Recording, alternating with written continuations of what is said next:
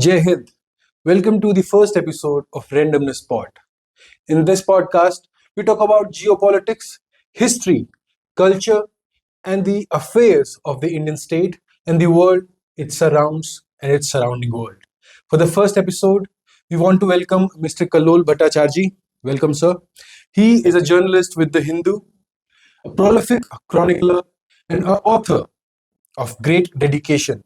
He has worked with different media agencies around the world, and I was fortunate enough to be with him today.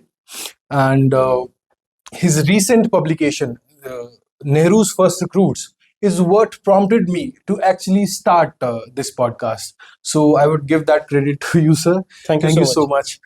Yes, shall we start, sir? Sure, please. Thank you so much. So your Twitter handle, it's is it Jana Smith or Janu Smith? It's What Janus is- Smith because I'm January born, and January is the month of Janus, the Roman god. So that's what. Nothing very complicated. You mentioned that you were Bhattacharjees from East Bengal, faced partition, and then resettled in Tripura. And you were talking about adventures of your grandfather. Could you share some more from that? Well, I think we all are raised by stories, and these stories are handed over to us by our grandparents, parents, great grandparents, and these are stories of partition and the 1971 war. 1965 war as well, and the eastern part of India has been generally center of a lot of historical drama of the last 75 years.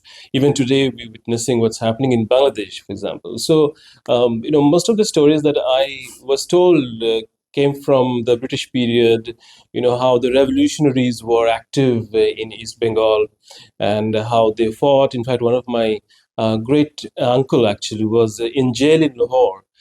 So we used to come and visit him in our childhood in Delhi, and he used to live in Old Delhi. Oh. So he was a revolutionary, quote unquote, and in today's perhaps terminology, he would be termed, what. So the British rulers, had incarcerated him in Lahore. So we had those stories that were handed over to us by our grandparents, and we sort of were raised on those tales. And of course, one of the stories that we always remembered was the story of partition, the very chaotic months of 1946 and 1947, when people moved on both sides of the borders. So it was those founding days of India. With those also shattered lots of lives, but also made new beginnings for many of our families. And speaking of partition and then 71 war, I mean, Bengal as a province was a first-hand witness to that. Any memories or any specific anecdote you would like to share from partition or the 71 war? Well, I wasn't, of course, present physically in 1971, as you can understand, but I, of course, were told stories that, when the large-scale displacement happened from East Pakistan, and the people from East Pakistan were basically sent across the border into Indian territories, they came to West Bengal, Meghalaya, Assam, and Tripura, and people had nowhere to live. They basically came onto your verandas, and they came and knocked onto your doors, and they begged for food. And the government of the day, that is Indira Gandhi government, then opened up schools, hospitals, and whatever public facilities were available to accommodate those people. And there were almost like 1 crore Indians, 1 crore refugees at that time, who came onto the Indian territory. And they had to be accommodated overnight. And there was basically from the month of March 1971 to say July, August 1971. So that was a period of influx.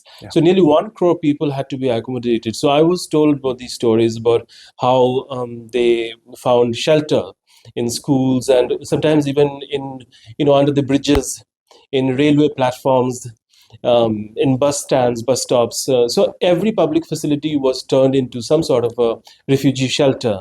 And of course, there was the story of the air raids, the bombings, and those things that took place because the Pakistan military forces were bombing on Indian territory, and we were, of course, in Tripura.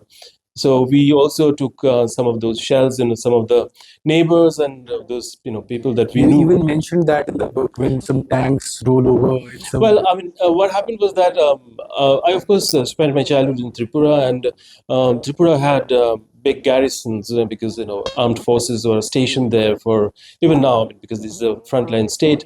So when we were very young, we used to see these exercises taking place near our homes. Once we saw this exercise taking place, so these tanks, column of tanks came near our home, and we were, of course, very small. We were playing football, and I use that as one of the starting point of my book, because it gives you an understanding of the historical period that my book, that is Nehru's First Recruits, talks about. Because I wanted the readers to understand that Indian history is more or less, even today, in a way, located between two pillars. And one pillar is, of course, 1947 and the partition. The other is the pillar which is 1971, because that is when the geography or that was inherited from 1947 was reconfigured. Yeah. So these are the two periods that I studied in my from my college days, and I thought that it would be interesting to position these two dates, and just to introduce the dates, I brought my own childhood, and I narrated it from a personal point of view so that the reader could be engaged from the first page itself. Talking about Tripura, how serious is the problem or the so-called problem of the illegal Bangladeshi migrants? We know that they migrate towards West Bengal or Bihar. How serious is this problem seen from the point of view of a person who has grown up in Tripura? Well, the job opportunities for say illegal immigrants, if I can so say that, for people coming from Bangladesh, is really low when it comes to Tripura. So if you really look at a place like Lucknow or Kanpur, then the magnet for jobs or other the opportunities for illegal migrants to get their employment is really much higher in the Hindi heartland. So what happens is that it's usually they come towards West Bengal, then they get into say northern Indian cities, and they seek jobs and they look for opportunities, employment opportunities in this part of the country. And northeast, doesn't really provide that sort of employment, barring of course in Assam, which has say land issues and etc., where a lot of illegal immigration in the last few decades that have taken place. But Tripura, as such, doesn't really have that sort of illegal immigration problem now, because borders are first of all settled between India and Bangladesh, and it's very heavily policed by border security forces. So since the job opportunities are very little in Tripura, so I would say that illegal immigration is not really that big a problem. What is the much bigger problem is actually the flow of narcotics. And the narcotics that comes from say Myanmar, and they are channeled obviously because of some inside source, inside supporters or collaborators in Indian territory. So that is, I think, a much bigger problem. And the problem of yaba, which is a drug which is coming from Myanmar. So I would say that narcotics and smuggling are much bigger problems when it comes to Tripura compared to illegal immigration from Bangladesh. Since we're talking about Tripura, we all know Manipur. I mean, from a layman's perspective, who has very close Manipuri friends, does it seems like a lost cause now, or is there just indifference towards it? I mean, if something like that was happening in Delhi or even Sonipat per se, the reaction, public reaction, and even the urgency with which the state acts would have been different. What do you think? So Manipur is a very unique kind of a problem. And we don't have to really see Manipur, despite being unique, in isolation, because there is a conflict continuum that is taking place in Southeast Asia and eastern part of South Asia. And the conflict continuum is taking place starting from Myanmar. It's moving to Chittagong Hill Tracts, where you have nearly three territories like Bandarban, and those areas. There are a lot of conflicts happening between the hill dwellers, the hill tract dwellers, and the plains people, Muslim plains people, if one can say that, inside Bangladesh. And then that conflict then gets spread along the border of Myanmar and India on Mizoram and Manipur border, and then it enters Manipur. So there is a conflict continuum. There are levels of conflicts, or perhaps layers of conflicts, that we are witnessing in that part of the world. And we should not really look at Manipur just as one isolated zone of conflict. So once we look at it in that broader context, we understand that the flow of arms, the way, say, drones are being used, the way sometimes even Starlink satellite supported internet facilities, these are being used. These are really indicating that the situation is very complicated when it comes to Manipur. It is both cross-border as well as internal. And then you have sectarian as well as religious overtones to the conflict, which makes it even more difficult. So I would really compare it to, say, a much more inland place, say in Sonipat, because Sonipat is peaceful, and God bless Sonipat for that.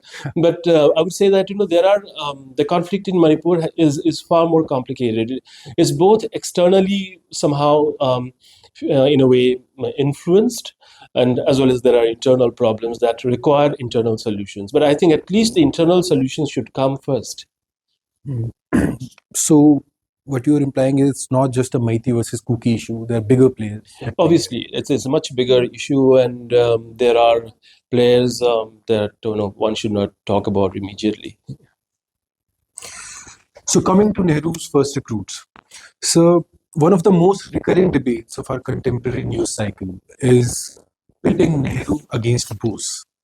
And in your book, INA finds quite a few mentions. Can you shed some more light on that? I mean, Nehru's perspective towards INA, pre and post independence, and his camaraderie with Bose. Well, I would actually talk about Nehru's, one of the last books that Nehru compiled, because he did not really write that book himself, and that's a book called Bunch of Old Letters. And Nehru actually collected all his old letters and compiled that book. It was published, I think, in 1957, if I remember the date correctly. And one of the longest letters in that book is actually a letter from Netaji Subhash Chandra Bose. And it's nothing but a long complaint against Nehru that Netaji had written. And it is full of critical observations of Netaji about Nehru and about why he disagreed with Nehru on so many issues. So, and look at it from this point of view, that here was the Prime Minister of India who was compiling a book out of old personal letters. And he chose to include a letter from Netaji Subhash Chandra Bose that Netaji had written to Nehru, in a way criticizing him. So I think the times that they belong to, it was a very different sort of a time where personal relationship and personal friendship continued along with disagreements.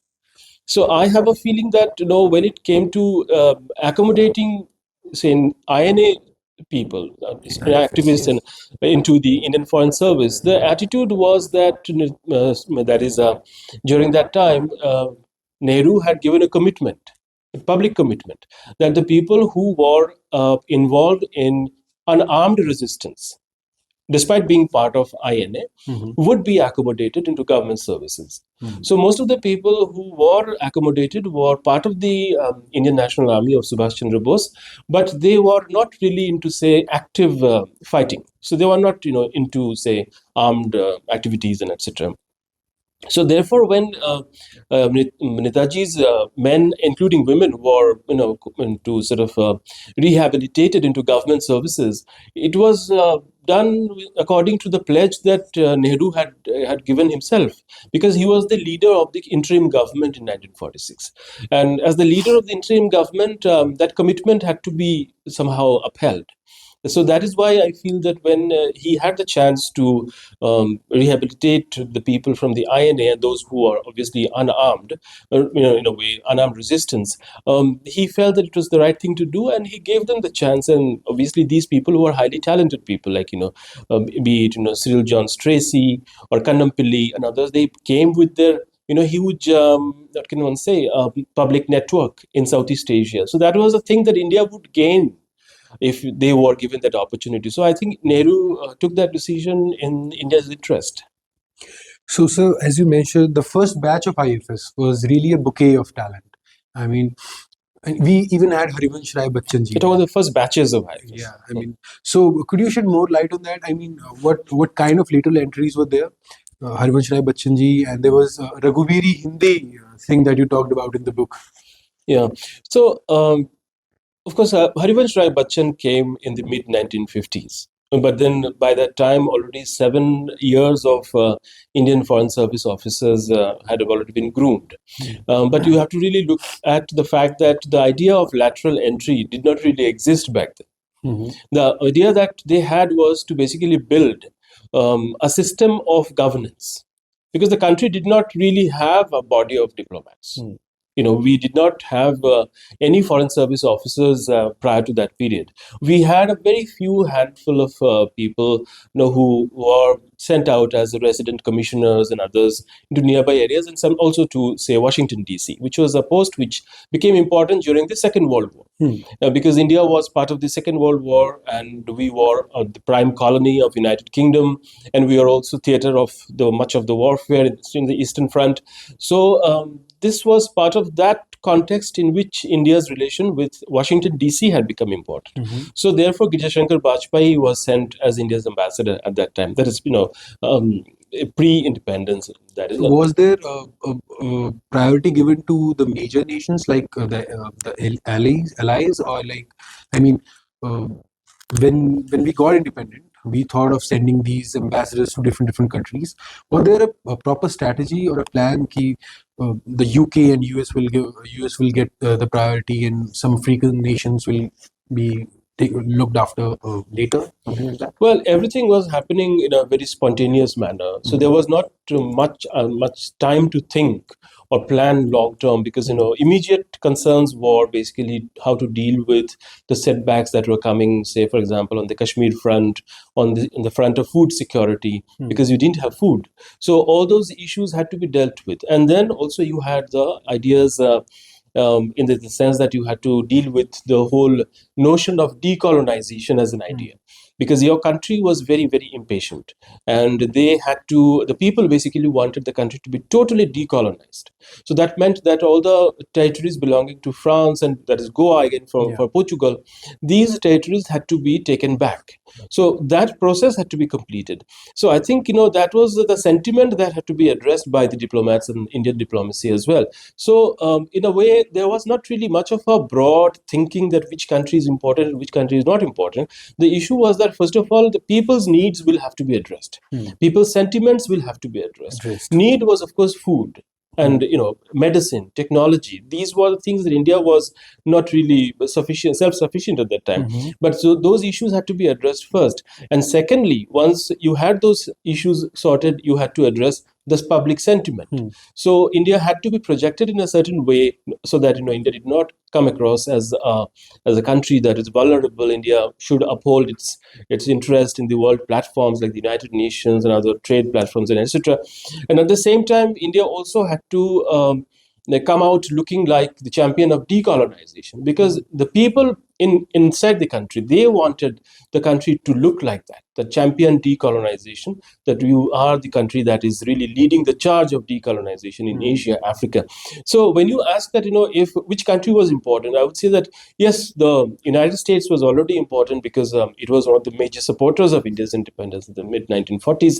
And remember, Vijay Lakshmi Pandit was campaigning for Indian freedom in the United States. But then United Kingdom, which was the departing colonial power, it was also no less significant, because after all, it had long history of association with India in whatever manner, that colonial manner. So it was also happening. On the other hand, you also had to open your doors to Soviet Union. It was extremely important. And that, I think, was the big decision that Nehru took, that immediately after India's independence, India had to invite Soviet ambassador to New Delhi and open an embassy. So was this our penchant to become the champion of decolonization, which motivated us to, look towards China in a different manner than we look at China today? Yes, because decolonization was also an economic model.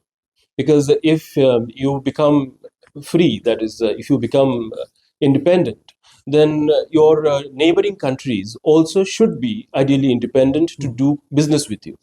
So just to give an example, Indonesia, which was a Dutch colony till the late 1940s, also had to be independent. And India was one of the biggest champions of Indonesian independence. So much so that it not only helped Indonesia's cause for independence, it also helped Indonesia establish diplomatic relations with many other countries, including, say, with Hungary. So I was just reading today that how Hungary and Indonesia established relation in 1956 or perhaps 55, and that relation was established with the help of India.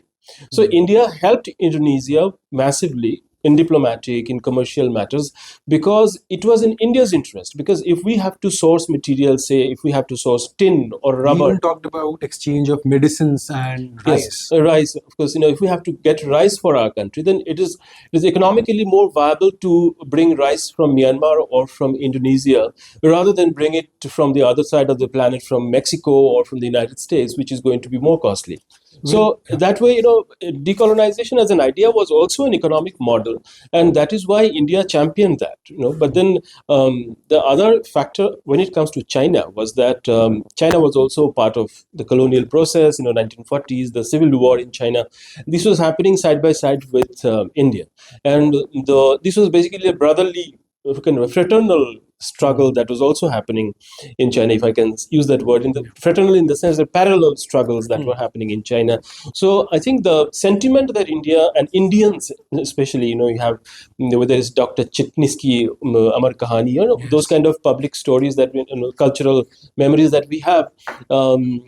These are basically reminders that the public sentiment was not hostile towards China in the late 1940s, because everyone looked at China as fellow sufferers. They also suffered. Or a fellow old civilization. Yeah, fellow old civilization. But then also, the Chinese memory of colonialism, again, Amitabh Ghosh has written most recently about it. It's far more complicated because, there is also an Indian complicity that Ghosh has talked about. So I think, Chinese attitude towards colonialism is something that perhaps we did not have that in-depth understanding back at that time among our leadership. Even after being colonized for so many years. Yeah, because India was, if I'm just again going into another area right now, but the Opium War is basically a war where India also played a role, unfortunately. So that is a very different history of colonialism, especially because of that factor. All right.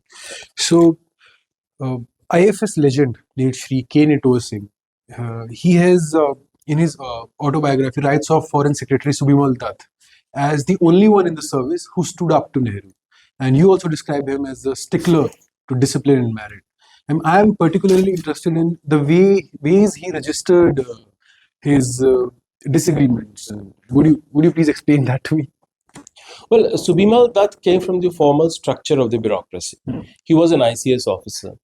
So naturally, he had a different way of looking at. He even called the literal entries or something like that trash. Yes, at one point, while he was talking to Dilip Kamtekar, who was his protege, he referred to people who came through political recommendations and special category inductees and others as trash. But I think one has to look at the conversation in a certain context. Here we have to look at also Nehru a little different.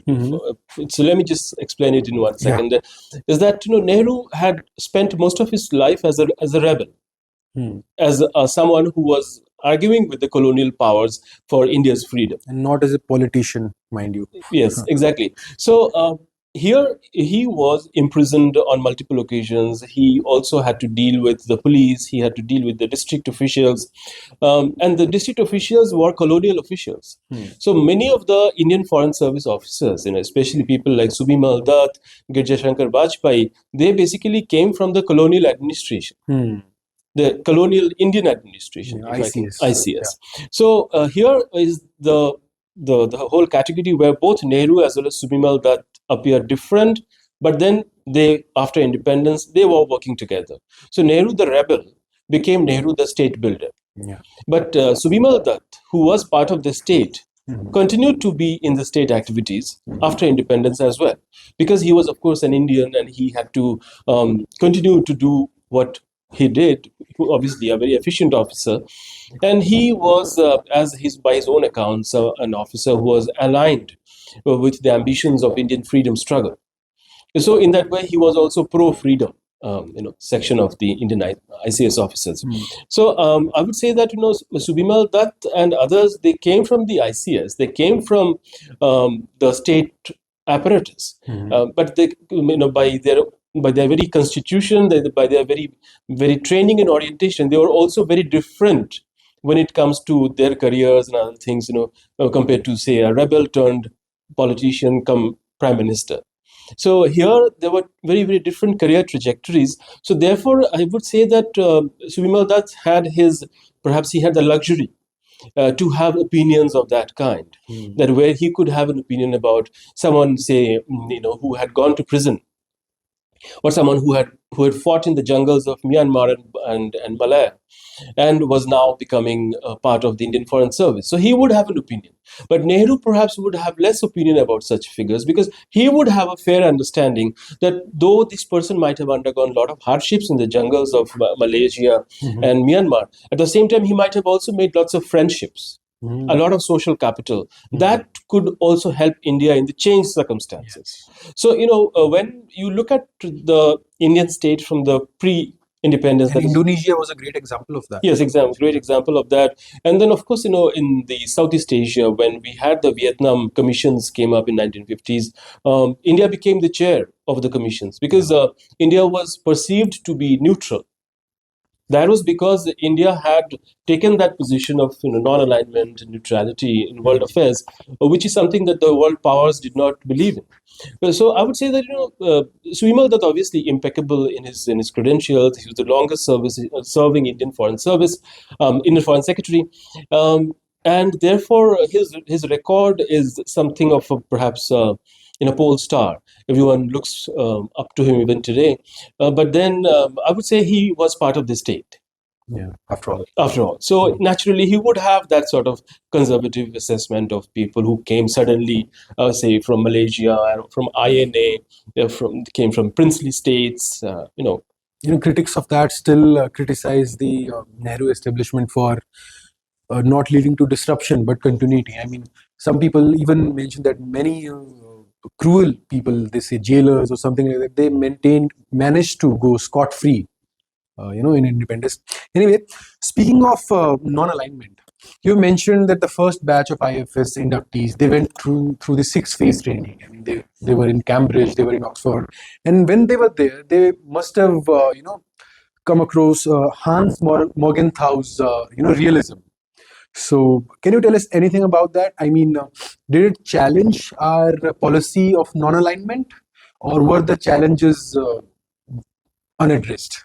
Well, the trainees, the fresh recruits were sent to Western universities, but they had the very clear mandate. That the professors there had a very clear mandate given by the government of India, that these students who were being sent were not being sent to become masters of Western classics and masters of international theory.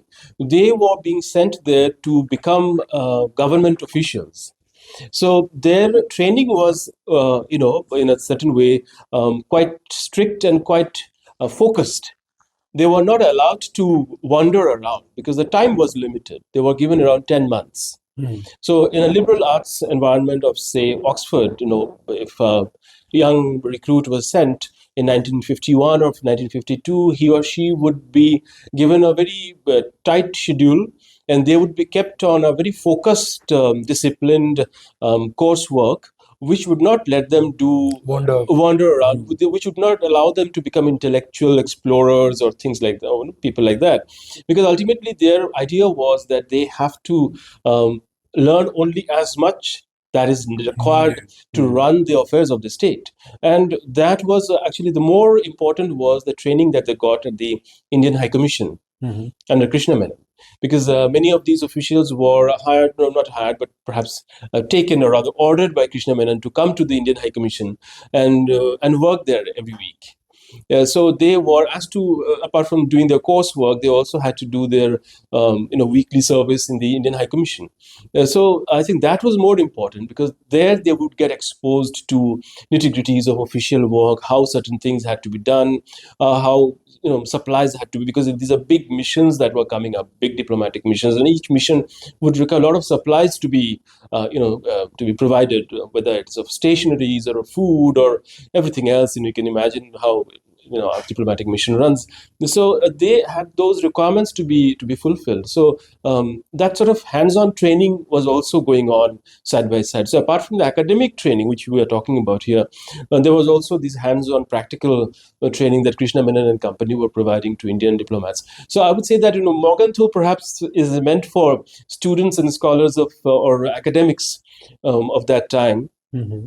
But it was not really something that would have prevailed on them to in a way look at the Indian state critically and do that sort of activities. Because I have spoken to children of some of these diplomats who were in these universities in the 1950s, and they have said that their parents were not allowed to study as much as they wanted to, because first of all, they did not go there on scholarship of a particular course, or to study European history, or to study, say, global history and etc. But they were there as government of India's fresh recruits. So they had to be basically accountable to the government of India as far as how much education or what sort of training these young officials were being given. So not really, I would say that in-depth training in-depth education or academic exposure is something that they were not really meant to acquire there. But there were some, noises of dissent. I mean, when the privy purses were abolished, and even when emergency was imposed, you mentioned Rana of some Indian princes, if I generalize, who really voiced. I mean, then again, they had the privilege to do so. But what are your views on that? Yeah, of course. Is something like that possible today? And why don't we have more princes in the IFS these days? Or do we have? Yeah. Well, we do have, I think, descendants of princes, but princes, the characters that we have talked about in my book, that is Kodda Sangani, Pradyumna Singh Ji Kodda Sangani, and others, Surinder Singh, Ali Rajpur, they basically came from princely families, and they actually had served as princes and rulers. So that's very different from, today you don't have the princely states. Rulers, but under the thumb of British, mind you. Exactly. But then, even those days, they actually had the coronation for these rulers. They even now. Yeah, even now they do organize them, they do hold those ceremonies, but these are nothing but just ceremonies, right?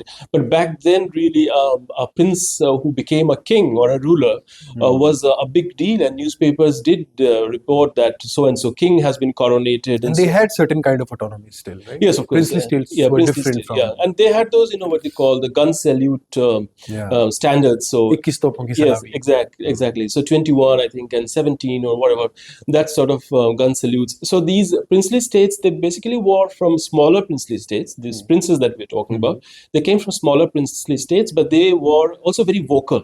Yeah. Because they were resisting absorption into the Indian state. So Nehru, by absorbing these officials by these princes, was actually, to my understanding, also doing a little bit of politics with the princely states and just keeping them happy, because these princes would otherwise become, rebel kings in the heart of the country. So that was being avoided, and they were being absorbed into the Indian foreign service. So final question for the section, sir. From India's independence to Goa's liberation, the Sino-Indian debacle of 1962, and then a Myanmar fiasco, which is relatively less known. How do you see Nehru's legacy in today's India? Well, Nehru's legacy will have to be seen in terms of the world that Nehru lived in.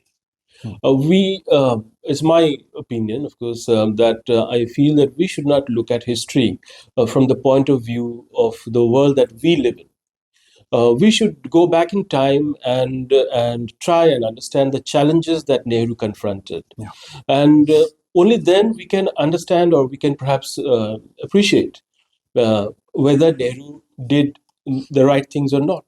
When I say that, and I really look at the issue of food security for India very, very strongly, because India was dealing with terrible famines at that time. When India became independent, 1947, that period itself was just 3 years after the Great Bengal famine. But then the country was yet not out of the shadow of famine, because after the Bengal famine, there were many smaller famines that were continuously breaking out across India, eastern part of India, southern part of India, Telangana, even Kerala.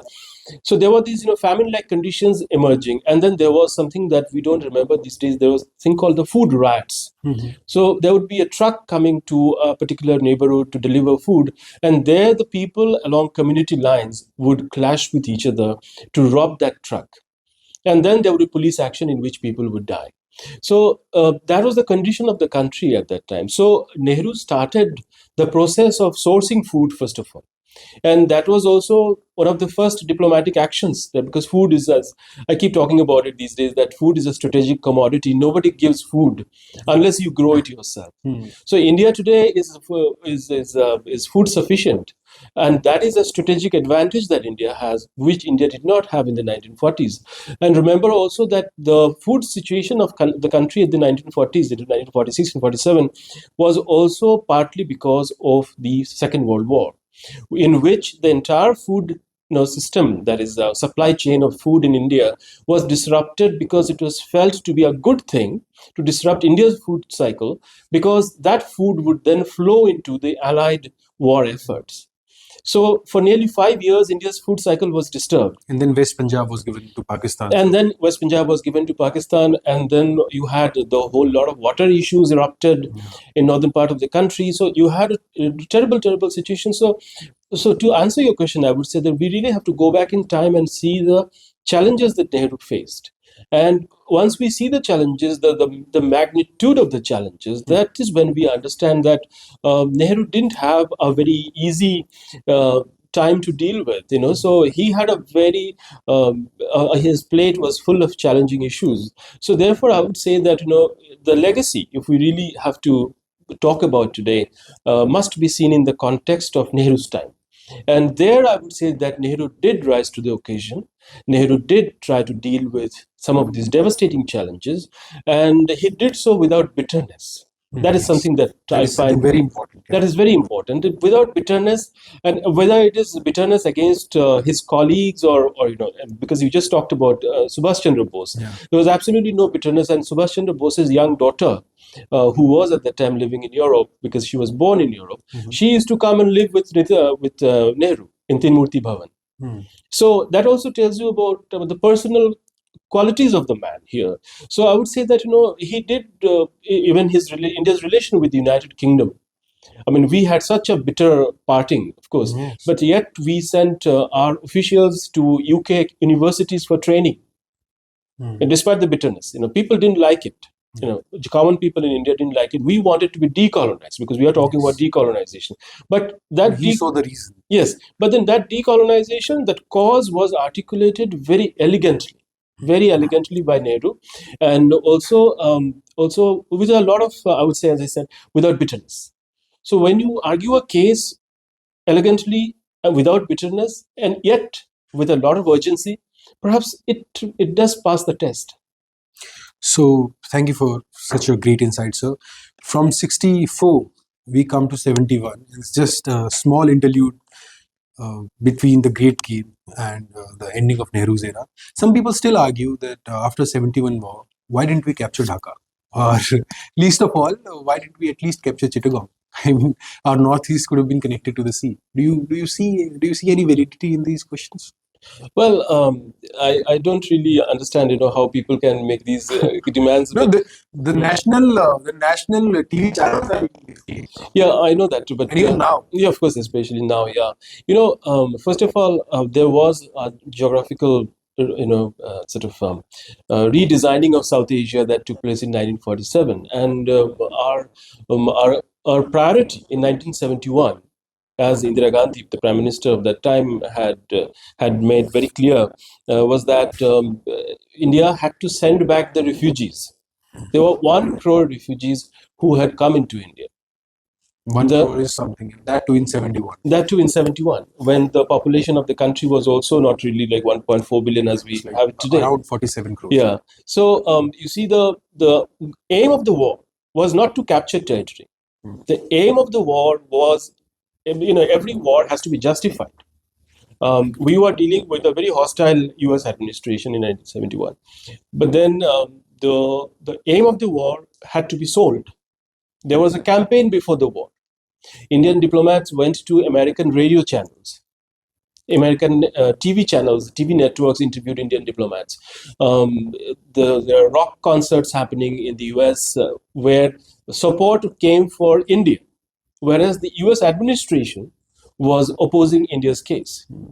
So India argued its case. India argued the case that India will go to war if necessary, because there is this huge pressure on Indian economy that is being exerted by the presence of 1 crore refugees who have been rendered homeless because of a very devastating genocide being conducted by the Pakistan military.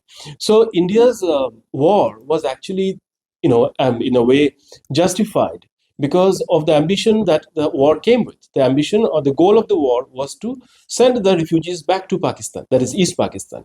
It was not to capture territory.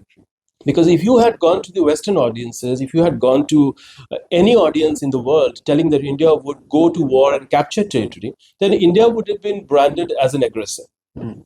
So how you present, how you package a war is also part of that strategy. So when people today say that why did India capture Dhaka? Because number one, or at least Chittagong, or even Chittagong, it was not the plan. The plan was to send these people back. And Indira Gandhi made that point very clear that the people of East Pakistan will return to their homes in East Bengal. That was the idea. It was not to capture territory. And some academic sources even mention the plan was not even to capture Dhaka, but just to, what was it? Yeah, the Indian military conquered Dhaka. Of course, conquest of Dhaka did happen, and the surrender in Dhaka took place, immortalized in that famous photograph. But the idea was never to occupy Dhaka. The Dhaka was to be respectfully handed over to the people of Dhaka, where they would then form their government, which was then formed. So, because it is we today forget that in 1965 we didn't have one Pakistan. We had two Pakistans, or two sides of us, two sides of India. And when the 65 war was being fought in the run of Kutch and those areas, including the famous story that we see in Bollywood sometimes, we forget that there were also smaller skirmishes and clashes happening in Tripura borders, in West Bengal borders, in Assam borders with East Pakistan. So the moment you change the names, you get the feel of what it must have been to have two Pakistans instead of one. So that completely alters the situation and the way we think now. Exactly. From that, you said that if we tried to capture territory, India would have been branded as an aggressive state. So I presume that Pakistan was the aggressor. Of course. But it still got continuous aid from America. And then which eventually led to the Great Game. And coming to the Great Game in 80s, what do you think led Rajiv Gandhi to play the Great Game, so to say? Well, I must give a little prelude since you mentioned what prompted the collaboration between the US and Pakistan. US, of course, was a great supporter of freedom for India, as we just discussed. But US was also courted by the Pakistani leadership as soon as Pakistan became independent. And Liaquat Ali Khan, the first Prime Minister of Pakistan, he visited Washington, D.C. immediately, and he pleaded for help. And unlike India, which followed non-alignment, Pakistan actually joined the Western alliances, SEATO and CENTO, in the early 1950s. That altered the balance of power in South Asia. Military power in South Asia. So these historical factors must be kept on the table when we come to discuss in US-Pakistan relationship in 1980s. Because the reason that US could carry out its surveillance and its reconnaissance activities against the Soviet Union from Peshawar is because the collaboration did not really start in 1979 or 1980. The collaboration started in the late 1940s. Yeah. When the Soviet Union and the US were really eyeball to eyeball as superpowers in the Cold War. So the reason that United States was naturally drawn towards Pakistan as when Afghanistan was occupied in 1979 December is because it felt comfortable doing it, because it had been familiar to Pakistan, not from 1970s and 1979, but from 1950s and late 1940s. The military-to-military collaboration was that intense. So, could you give a brief comment on the Indo-Soviet relationship while Operation Brass Tacks was happening in 87 or 88? And was there even a small hint towards Soviets and India overrunning Pakistan? I mean, we through Sialkot and them through Khyber Pass, because there was some real danger in the minds of Pakistanis, as you've mentioned in the Great Game. Yes, because you see, the Soviet Union and Pakistan were in a very tough situation by the early 1980s, because you had the Soviet forces in full strength stationed just across Khyber Pass, and they were operating from Kabul. The whole intelligence apparatus was being run in Kabul, which was against Pakistan's interest, and there were groups like Al-Zulfikar that was run by Benazir Bhutto's elder brother that was operating from Kabul. So the situation was very difficult, and there was a lot of tension. And the tension also came from the fact that Afghan Air Force at that time was very active. So the Afghan Air Force used to attack bordering areas of Pakistan. I mean, today you must have seen in the news that there is a big fighting happening between Taliban and the Pakistan Armed Forces. But you can imagine in the early 1980s, when the communist government of Afghanistan was active, it had Soviet MiGs in its... Today's children, or even us, Afghanistan is just a barren land where nothing can go right, and there's armed bands of mujahideens. Right. But it was very different in the 70s, like you just mentioned. In the 70s, they had an air force which was supplied by Soviet Union. So they had Soviet hardware, and they used those hardware to irritate Pakistan from time to time. So the situation was very tense between Soviet Union and Pakistan.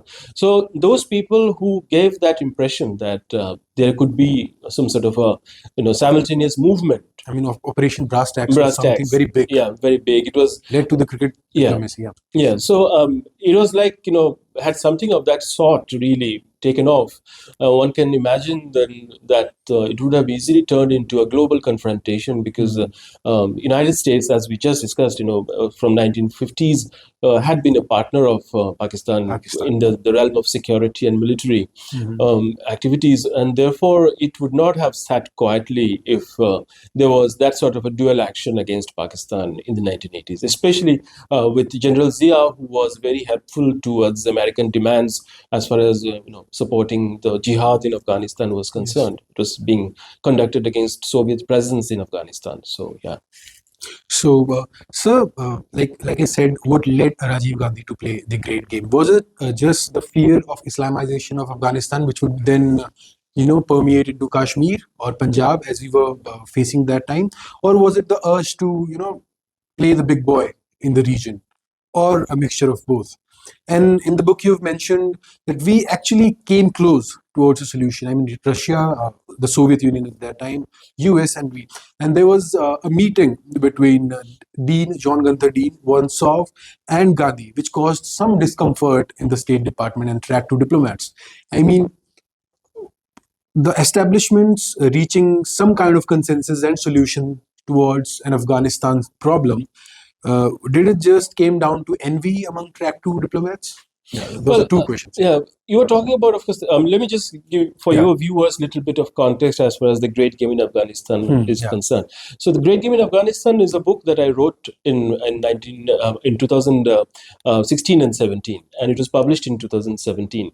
But the research for that book actually goes back in time to 2006, 2007, around that time. So the reason that the book took that long to research is because of my friendship with John Gunther Dean and the John Gunther Dean papers that John Gunther Dean gave me in 2014. John Gunther Dean was the American ambassador to India in 1985, and from 1985 he served till 1988. One of the longest serving US ambassadors till date. And the most interesting thing about him is that he was never rule bound. He and his batchmates, just like the first recruits of Indian Foreign Service in Nehru era, they also came after the Second World War. Yes. They came into the into the U.S. Foreign Service after the Second World War. Well trained in espionage. Yes, of course, trained in espionage, in intelligence activities, and multiple language skills, things like that. So John Ghattardeen believed that if a crisis erupts in front of you, then you don't wait for orders before addressing it. He believed in dealing it or confronting it immediately, personally, at his own level, without really waiting for orders from the headquarters. On the other hand, you had Rajiv Gandhi. He was the other character of my book, The Great Game in Afghanistan. And the reason that these days I find people are also referring to my first book, that is Great Game in Afghanistan, just like you are doing, is because of Nehru's first recruits, because people get curious to know what have I written in the past, so they go back and they talk about this book as well. So that's very nice. And what I want to say is that, in my book, I talk about these characters and where they come from. Now, Rajiv Gandhi was a child in Prime Minister Nehru's household in Teen Murti Bhavan. He was raised in a certain ambience. He saw his grandfather, his maternal grandfather. He also saw his father, that's Firoz Gandhi, and he acquired temperaments from his father as well. But then the world view, or the kind of a world that India should lead, or the idea that India should be a leader in the world, is something that he inherited from his maternal grandfather. So the idea that India would be a meek backbencher, would be a camp follower, was not something that Rajiv Gandhi was personally comfortable with. So even Rajiv Gandhi had 56 inch ka seena. Well, I mean, he was, in fact, a very, if I remember Tavleen Singh's book, Darbar, she, I think, started the book by saying that in the first 6 months of Rajiv Gandhi's prime ministership, short of ordering the sun, he could have done anything imaginable, because he had a monstrous majority in the parliament. He had 413 members. उससे पहले नहीं, उसके बाद कभी. उसके बाद नहीं. Because the idea is that if you have that sort of a majority in the parliament, then you really become adventurous.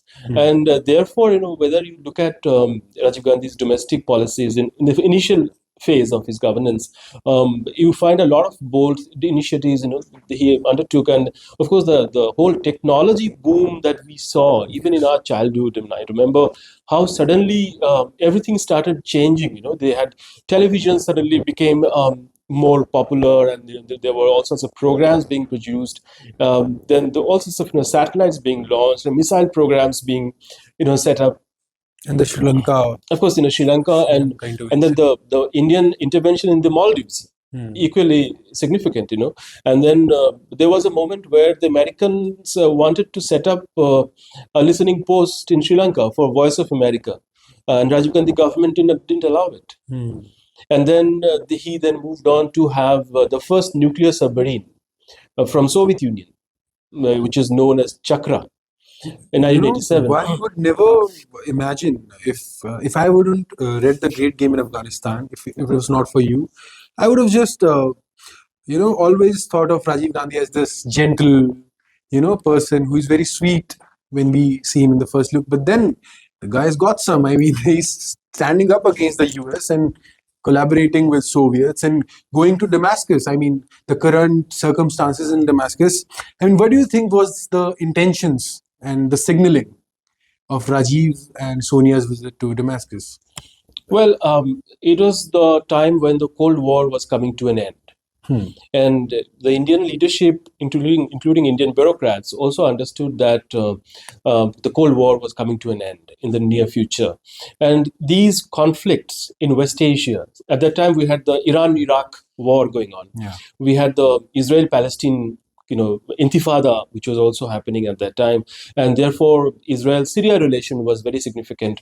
So Golan Heights was important. So Rajiv Gandhi government at that time felt that it was necessary to give that hint to all the stakeholders in the nearby regions that India was available. Whether they wanted India's help at the level of diplomacy, or at the level of some sort of a back channel solution provider, India was available.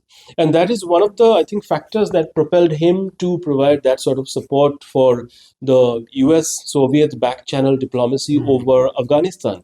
Because without his and without his officials, especially the people like Ramesh Bhandari and others who also worked on this peace-building activity in Afghanistan, the occupation in Afghanistan, and that is Soviet occupation in Afghanistan, would not have come to an end. So we have to remember that that India, since you asked about Syria, Israel is one front of a conflict in the West Asian region. There were multiple other fronts where the conflict was raging. So Rajiv Gandhi government was making it clear to all the stakeholders in the region that India was available. So that was the primary motive that I sensed. But don't you think that Najibullah's execution finally, was it a diplomatic defeat for India or an intelligence defeat? I mean, did his execution, like you said, Rajiv Gandhi wanted to show that India was available. Did his execution hurt India's pan-Asian leader image? Like India just cares for his own. I mean, I was watching BBC and there were a few Afghani personalities who remarked that India ने नए दोस्त बनाने के चक्कर में और हिंदुस्तान ने नए दोस्त बनाने के चक्कर में अपने पुराने दोस्तों को भूल गया. So, and with now Hasina's debacle in Bangladesh, do you think there's, I mean, God forbid, no hanging and all, but do you think another Najibullah in our playground? I mean, the situation was very close to that scenario, right? I mean, on 5th August, had Sheikh Hasina not been evacuated in the way that she was, anything could have happened. I mean, because in the heat of the moment, the kind of mob that we saw, I think everybody wanted to avoid a very, very nasty period, end to that government, which was it was a chaos. It was a chaotic end. So everybody wanted to avoid that sort of Najibullah or Muammar Gaddafi kind of an end. So that didn't happen, thankfully. But when it came to the issue of Najibullah's hanging and the brutal execution, 1996, it is perhaps one of those failures where India had already sort of given up on that front, because India supported the resistance for quite some time. In fact, Najibullah's government was expected to fall immediately after the withdrawal of Soviet forces. Yeah. But the Najibullah government continued to rule for like 3 years. For 3-4 years. Yeah. So the Soviet forces were withdrawn in 1989. And then for the next 3-4 years, it really operated in a way built on communities, and it continued dialogue with all the other Afghan stakeholders. And it was only in the mid-1990s that it fell down in 1992, and he was executed in 96. 96. So 4 years he stayed in the UN. So it was like, it was a very, it was a failure which was already foretold. But the fact is that at that time, you also have to look at what was happening inside India. We were also caught up with many other things that were erupting internally. I mean, Liberalization or no, we had the Babri Masjid issue, and then there were riots happening across the country. There was a lot of security activities by Pakistan intelligence outfits happening across northern India. There were lots Bombay of blasts in 93. So you have those things that were basically keeping India diverted from doing something as adventurous as Rajiv Gandhi tried in the 1980s. So will we be right in suggesting that the current regime or governments or the future governments maybe should take lessons from history, that these religious or internal religious conflicts can have disastrous impacts on our foreign policy, especially when we have Middle Eastern neighbors and so many Muslim countries with whom our Prime Minister wants to be friends with? Well, it's something that we have to remember that that India, as just now we discussed, India wanted to be the champion of decolonization. Yeah. India wanted to be the leader of decolonized world. India wanted to be available for crisis solving and crisis and giving solution to conflicts.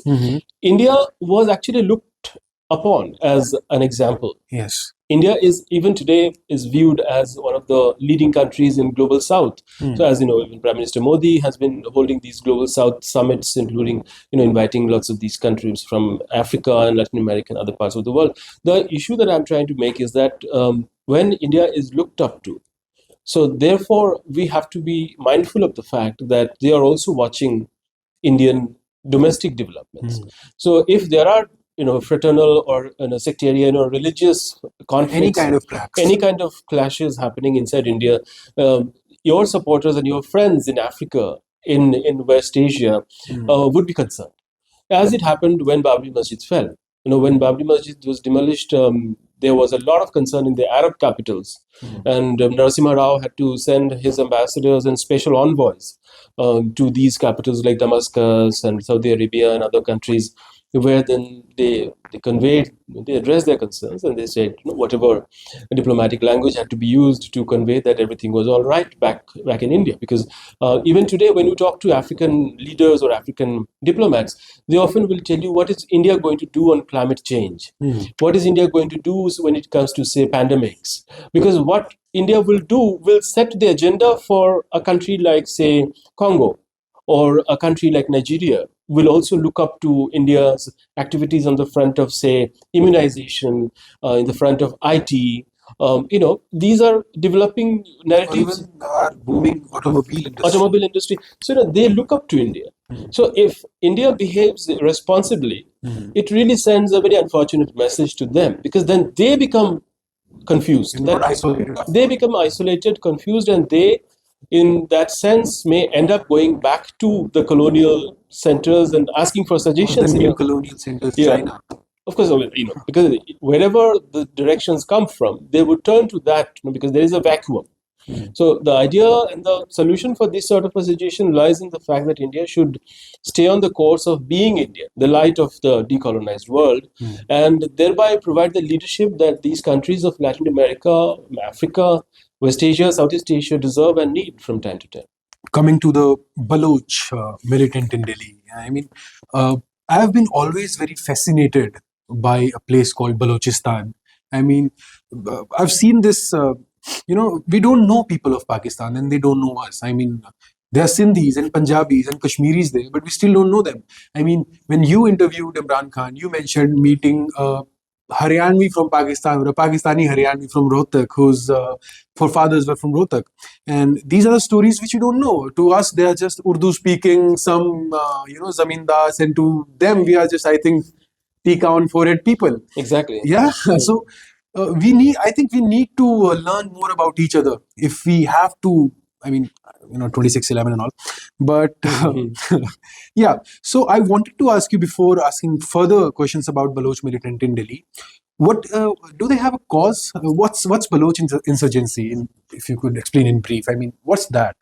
Well, this question, again, for your viewers, I have to explain that I wrote a book in 2000. It's an e-book. It's called Baloch Militant in Delhi. And I met activists and people who are involved in the struggle inside Balochistan as well as outside Balochistan. Yeah. So there is a big Baloch diaspora which is active across the world. And they are also active in keeping the cause of whatever Baloch autonomy or freedom, whatever they believe in. And my idea was that I wanted to explore the cause of this Baloch freedom, or whatever they want, what was their aspiration. Because I had a good friend of mine called Mr. Kutti, who's basically a Malayali. Because you mentioned that we Indians often don't understand how diverse the Pakistani society is. So you mentioned that I told you about this people from Haryana who were displaced in 1947 and went to Pakistan and are now in my village, right, Shehzadpur in Sonipat. It was a Muslim Brahmin village, right? And of course, and they visited us till like 2000s. Right. Most people don't know that. Yeah, right. So, these people, they went to Pakistan because they were part of that population exchange that took place in those chaotic months of 1947-46, and they continue to live there. So, just like that, there was a Mapila from Kerala who was quite romantic in his temperament, perhaps in his young age, and he ended up going to Pakistan. So, he left Kerala. And he went to Pakistan, Mr. B.M. Kutti. So Mr. Kutti and I were in contact for many years, and he passed away very recently. And he was the one who used to talk to me about the struggle in Balochistan, because he was in close contact with some of the Baloch people, because he was a member of the human rights groups in Pakistan, and he in a way had first-hand information about the difficulties that they faced there. The issue was that actually Balochistan had been neglected from the very beginning, because Pakistani state, as we all know, is a very centralized. Punjab-centric. It's true, and it's also a very centralized state, and that was the reason that Bangladesh got separated. The East Pakistan got separated. So they had their gas and oil discovery that happened in Sui gas. I'm sure you have heard of that, the famous Sui gas in Baloch province, and the demand for Baloch, people from the Baloch people was that the Sui gas, the revenues of that gas must be spent on the Baloch people and on their developmental needs, and that is one of the real starting points for the agitation. But even before that, there is a lot of nebulous period in the history of Pakistan itself, in which Pakistan was not recognized by Baloch authorities, but traditional Baloch leaders, as being the ultimate. Talks of illegal occupations were always there. I mean, yes, because also that Balochistan, in a way, is also continuum of the Afghanistan mentality, because Afghans, the Afghan king, for example, did not recognize Pakistan for some time, and it was actually other countries who recognized Pakistan before Afghanistan recognized, because Afghanistan had this idea that Afghanistan is the last Muslim country before South Asia. But here was a new Muslim state, or a new country that was being created on the name of Islam or Muslim majority. So that did not go down well with Afghanistan. So similarly, there was talking about Muslim Brotherhood. Yeah, of course, because traditions and these pride, culture, those, of course, language, and those things always matter. And Afghans have their own tradition of tribal brotherhood and all those things. They're very, very quite clear about what is right for them. Yes. So, and Durand line is not one of them. Right? Not one of them, exactly. So, you have the Baloch crisis. Therefore, is rooted in distribution of power. It is about distribution of resources. It is about distribution of local governance rights, and of course, the excess use of military might when it comes to containing militancy. So, what has really worsened the situation from the early 1970s, that is from 1973 onwards, and the situation actually was escalated by none other than Zulfikar Ali Bhutto. Because it was during his time that the first crackdown on the Baloch militants took place. And the Baloch militants in 1973-74, they received the blowback for the creation of Bangladesh. Because Pakistan, having lost in Bangladesh, in East Pakistan, they were absolutely focused on containing the Baloch militancy inside Balochistan. So there was a lot of attack on the Baloch activists, and including people like Mr. Kutti that I just mentioned. He also suffered in that crackdown. So that period was, in a way, something that was a tradition that was handed down for the Baloch militants later on.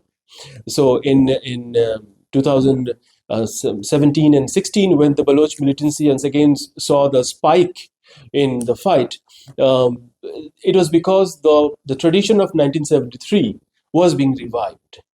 So it was a long struggle. It is also as old as, say, the history of modern Pakistan itself, and it has been part of the Pakistani history. And today, the number of disappeared people and their causes from Balochistan rarely gets that sort of publicity inside Pakistan. But in the rest of the world, for example, in Europe and in some of the, say, Indian media, it keeps coming up from time to time. So, yeah, we do keep track of the situation inside Pakistan, especially in Balochistan, because of the humanitarian situation that it presents us with. They have a real case. I mean, it is something, right? That's what, especially the humanitarian case has to be addressed. I mean, more than the political.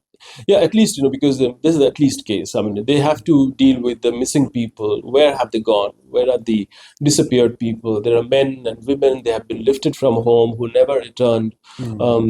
If they are in jail or something else happened to them, these things must be clarified to Baloch mothers and their family members of those boys and girls who are missing. Sounds a lot similar to something that we've been dealing with. Yes, South Asia has many such places, right? So towards the end of the book, you've advised, or maybe just mentioned the Indian authorities to maybe revisit the strategies in Balochistan. I mean, and you also maybe hint towards the Indian government's support to Baloch rebels. You make it analogous to the Khalistan movement. Please shed some more light on Well, that. the problem of Balochistan is primarily for the Baloch people to handle. Mhm. It's not for anyone else. Mhm. And they have to decide what sort of a solution they want, or do they want a solution at all. So there are, of course, people inside Balochistan who work or who want to work with the government of Pakistan, which is fair. But then there are also issues that are unresolved and that have been continuing over the last 70 years. And those issues, whether for the crackdown of 1970s or the killing of Nawab Bukti, and these incidents have not been addressed adequately. They have not received a public apology from the government in Islamabad, or they have not received clarification about the missing men and women. Those things are of immediate nature. These factors will at least have to find some sort of a closure. So once those basic humanitarian solutions have been provided, perhaps then one can talk about what role can other regional players play to reduce the suffering of the people there. So I would say that first of all, if India, other stakeholders in the region, be it India or the United States, or even say European Union and others, have Iran, of course, Iran, because that's the borders are very important, and they have lots of complaints of radicalization and narcotic trafficking and etc. that goes on there. The issue is that these regional players and global players and observers and stakeholders can come into the scene naturally, because it is any strategic game attracts all sorts of stakeholders. But the fact is, at the humanitarian level, the people of Balochistan must find the closure, a closure to the problems that they are demanding must be addressed first. So that's my my take on it, that the people of Balochistan and the cases, the demands that they have placed before the government and also before international bodies, those should be addressed at least first.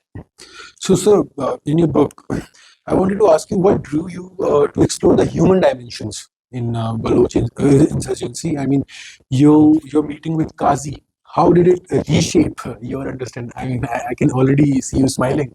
How your meeting Qazi reshape your understanding of Baloch conflict as a IR student, or even Well, Qazi was, of course, his nom de guerre. It was his, the name that was given to him. like Panditji. Right, yeah. And he was visiting as part of a sort of a secret arrangement with certain Afghan authorities who were also subsequently assassinated. So, unfortunately, all these happened before the Taliban take over in 2021. So one has to understand that we are talking about my research that happened before 2021 in this case. So when I met Qazi in 2017 and 2016, he was a visitor in Delhi, and he came with the help of the documents that the Afghan government of that time, that is, Ashraf Ghani's government, had provided him. He reportedly used to visit off and on. So, what I felt is that there is another world beyond the world of international relations and international studies. There is a world of human movements. People move across the border, whether we like it or not. I myself have done it once. I've traveled to Libya without a visa. I wanted to ask you, but later, about Yeah. Imran Bhai from Dhaka. Yeah, I've done that myself, and I know. In fact, I have done once. Even before, subsequently, I didn't really have. I wanted to experience what an illegal immigrant does to reach the U.S., and I had also traveled with a paper visa, of course, in this particular case, to Central America. So I've also done that sort of traveling, and So you traveled to US? no, I traveled from Delhi to Central America using US airports. Quite an adventure. Yeah, but you can travel. You can travel. It's a legitimate form of travel, because you have just a piece of paper that you get from, say, one of the Central American governments, and it's a legitimate piece of travel document. The point is, whether you abuse the travel document to become an illegal immigrant or not. That is where one crosses a red line. I, as a journalist, of course, I was trying to experience the so-called pipeline or of illegal immigration. So I could also feel the way that these people also conduct themselves. So what I'm trying to say is that when I met Kazi, who came to Delhi on a perhaps a forged passport or some sort of travel document that was not really solid, I felt that there are people in South Asia as well as in other parts of the world who come to India were hiding their names, hiding their identity, and they carry out, because he was here on medical requirements. He was here seeking treatment for his kidney ailments. So I felt that there is another world that exists side by side beyond the world of passports and visas, and that's a gray zone, and it's real. It's not something fictitious.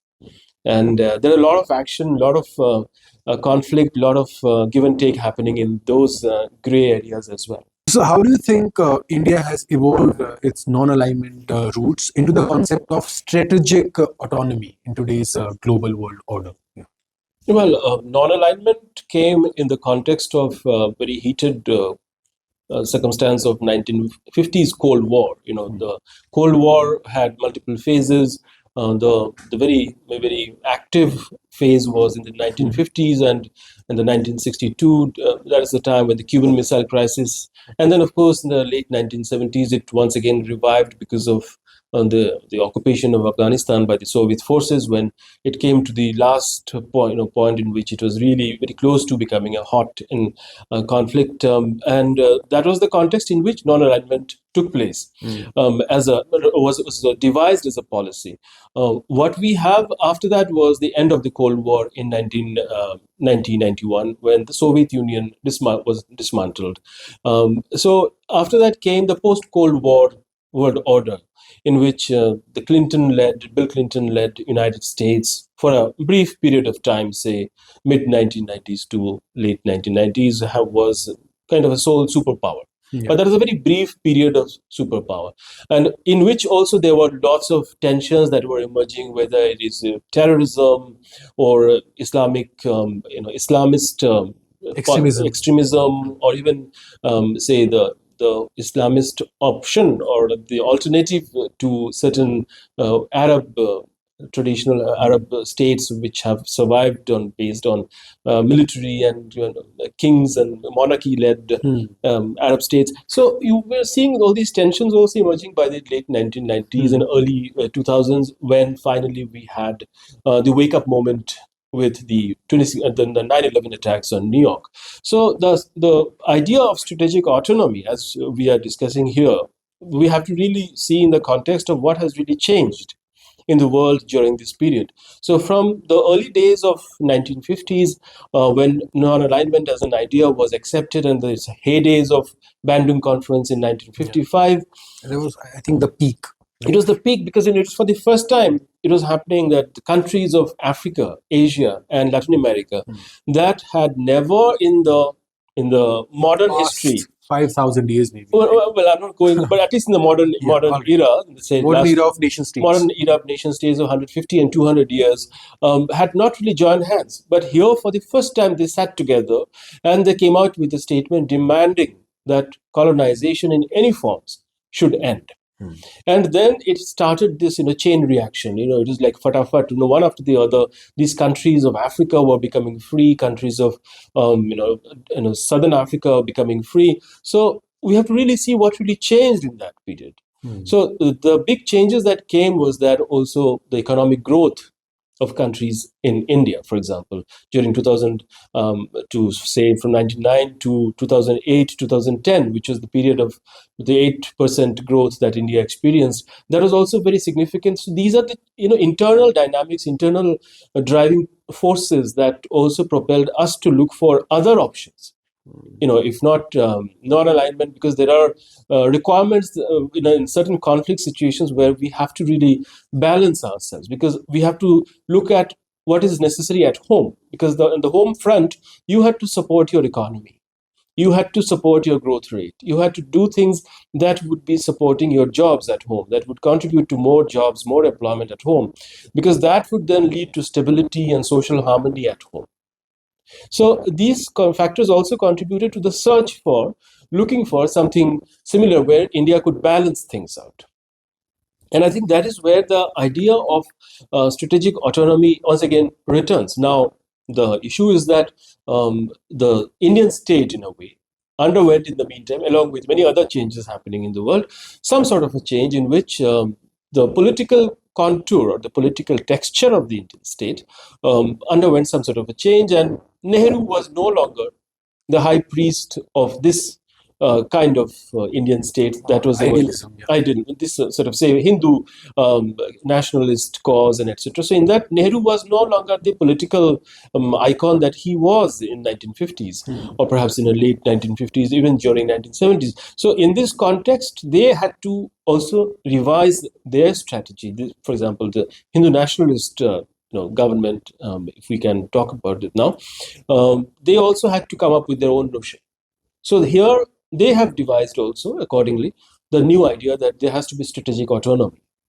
So in a way, it also proves Nehru's impulses were spot on, because in the long run, we have to balance our internal economic requirements with our external, positioning when it comes to multiple, world requirements or conflicts or call for duty, in a zone of conflict, those kind of things. Does our government's version of nationalism affects our foreign policy or our foreign services ambassadors in any way? Do we see a change in that? Meaning that the way the government of India of the day, today's government of India, presents itself. I mean, we've always seen, we have mentioned about the festivals, the India festival in USA. I mean, we've always been very vocal about our culture. But does this change anything? I mean, a right-wing government or a left-wing government in India, does this change anything of how we are presented in the well, you talk about culture, so anything? culture has this whole, during the colonial period, Indians were sent to New York and to London as anthropological specimens. So Indian festival that today we celebrate as Indian culture, it was something that in the 1890s and 1880s, when Indians were sent as magicians and saperas and whatnot, that was not celebration of Indian culture. That Even was in the 80s. Yeah, in the 1880s, when So 1880s. So so we have left that behind. Today we celebrate our culture. So when, say, the Festival of India was taken to France in 1980s, when the Festival of India was taken to the UK, to the United States in the 1980s, it was a celebration. Celebration, also an assertion that India is a strong power. India is not rattled by many other things that are happening, because you have to also look at those celebrations side by side with many other things that are happening nearby. For example, there is Afghanistan fighting going on. There is a nuclear bomb that is being prepared in Pakistan, and yet we have to play the diplomatic game by positioning ourselves in a certain way that we're a responsible, multicultural, democratic setup, secular nation. So depends what coin you want to play in the world stage. So today, if you really look at today, we have this whole tendency. Vasudhaiva Kutumbakam. Yes, Vasudhaiva Kutumbakam or yoga and etc. Because whether one agrees it or not, there is a trend today across the world where these countries are talking about their civilizational ethos. So perhaps in that, some diplomats also believe that it is also right time for India to showcase its own civilizational ethos and its own unique, cultural and traditional gifts that it has to offer to the human civilization. So therefore, it's perhaps in that way that I perceive that the today's government of India's drive with whatever cultural nationalism that they conduct at the international level. And naturally, it has a bearing on how today's India conducts its diplomacy, just as much as the Indian diplomacy of 1980s was conducted in a certain way because of the government of that day.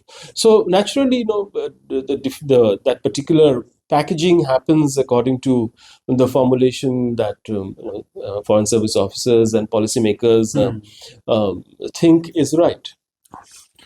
The India-Canada dispute has been in headlines recently. how do you see what challenges lie ahead for India, and I mean, how will it shape India's diplomatic relationship with the West? And also, yeah, please this. Well, Indian population in Canada is one of the oldest Indian diaspora Yes. in the world. Straight from the 19th century. Yeah. So we have Indian diaspora in the Caribbean, in Latin America, because indentured laborers were sent, and the Indian diaspora that was sent to Canada, because of the unique circumstances in which they were sent, they were also part of the Indian freedom movement.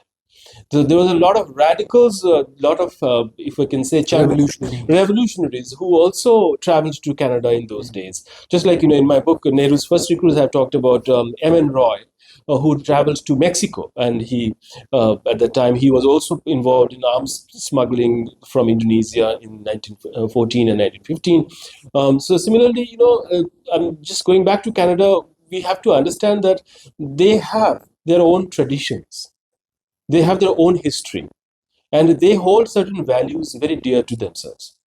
So if they have some strong opinions, today's, if whether it is on autonomy or the idea of Punjab or exactly. So we have to really understand why is it like that, and that has also become intense after the migration of a lot of people from Punjab, especially in the backdrop of the 1984 developments, especially the police action that followed after the assassination of Prime Minister Indira Gandhi.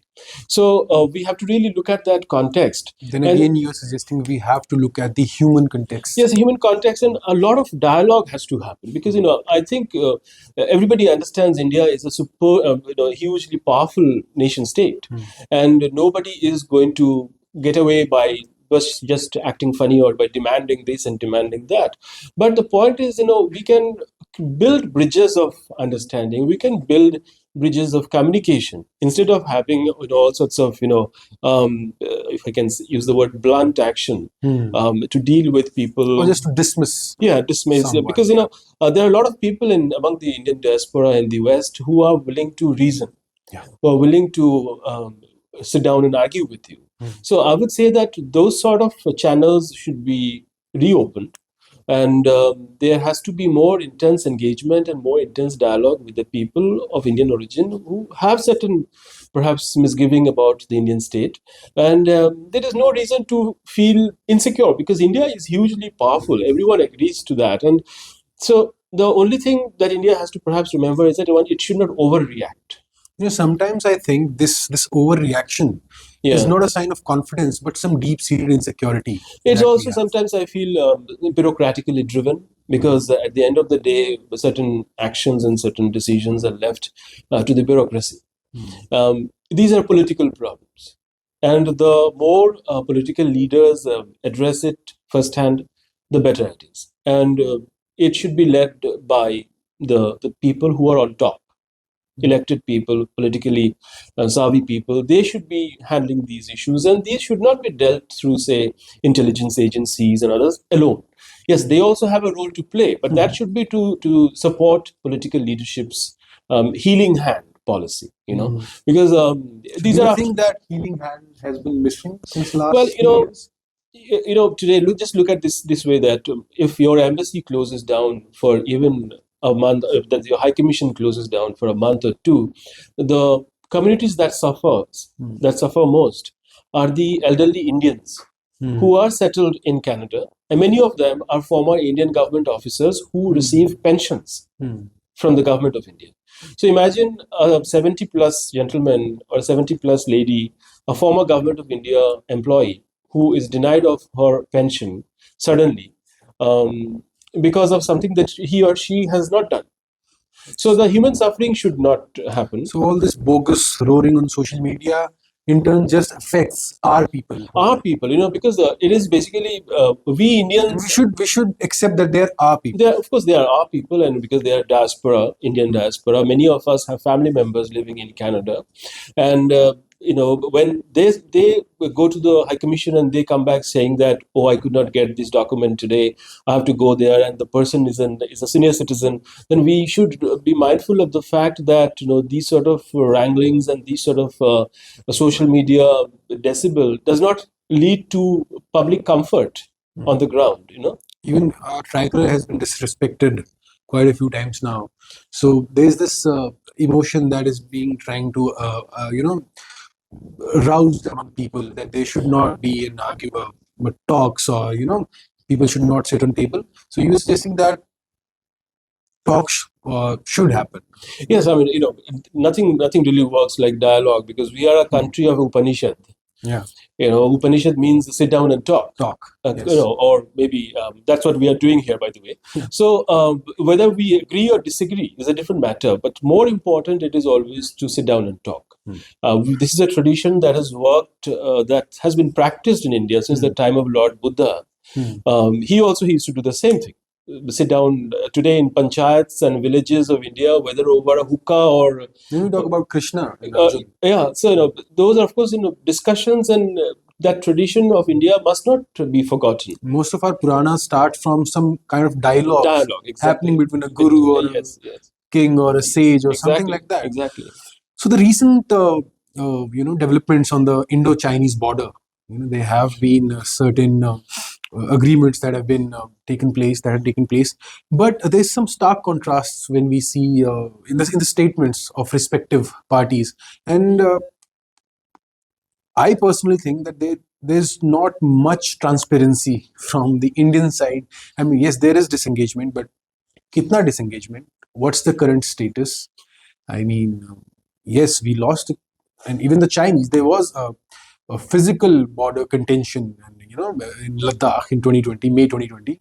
So, what's the situation now? I mean, we see currently we see a balance of power. अगर इसको देसी भाषा में बोलूं तो जो तराजू है वो चीन की तरफ थोड़ा ज्यादा झुका हुआ दिखता है. Yeah, you see, I mean, when it comes to military might, there is no doubt about the military hardware that China has today is something that should be addressed by India urgently, because if India has to really match the Chinese firepower, there has to be a certain amount of modernization, or perhaps certain urgent measures should be taken.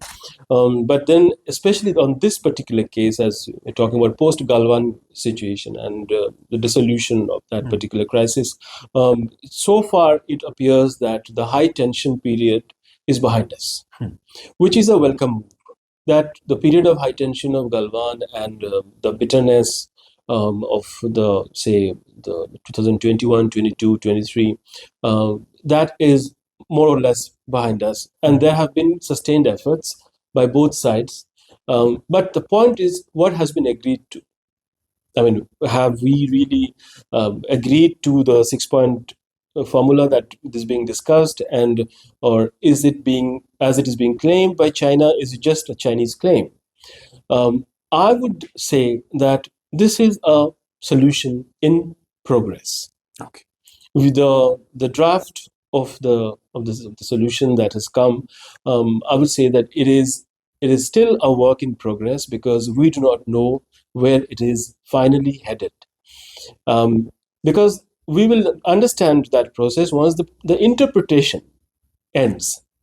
Because right now what's happening is that both at the official level as well as at the level of the commentariat of India, there is a lot of interpretation. So just now, as you said, whether tarazu is heavy on the side of China and etc. So these are all interpretation that we are doing. This is a particularly strong crisis, particularly potent crisis that we have just left behind us. So we have to see whether this particular crisis has been resolved to mutual benefit, or is it a crisis which has come to an end where one party has actually gained. So that honest assessment will take some time, because right now there is a lot of, I would say, black magic happening. So we won't really get to know what exactly is the Chinese thinking on that. We never know that. Yeah. We always fail to do that. No, but the Chinese have claimed that as if both sides have agreed to the solutions that they've put forth. But the point is, our side is quite clear that these are claims from their side. But the point is, whether we have agreed in private on something That hasn't been disclosed been disclosed yet, that will not be disclosed, we don't know yet. So for that to come to the table, we'll have to wait for a little time. So I think this is a Patience is the key. well, yeah, but then this is a solution. For us, at least. We should not be impatient when it comes to dealing with China, because China has all the time in the world to deal with you. So this is a Chinese way of dealing with the world. They are very, very patient, and they can also escalate when it comes to their advantage. So I would say that we have to wait for a little while. Learn from China. Yeah, well, I mean, China also learns from India. We actually don't. Does? Yes, because we produce so much media, free media content from India, that helps anybody living abroad to study India more.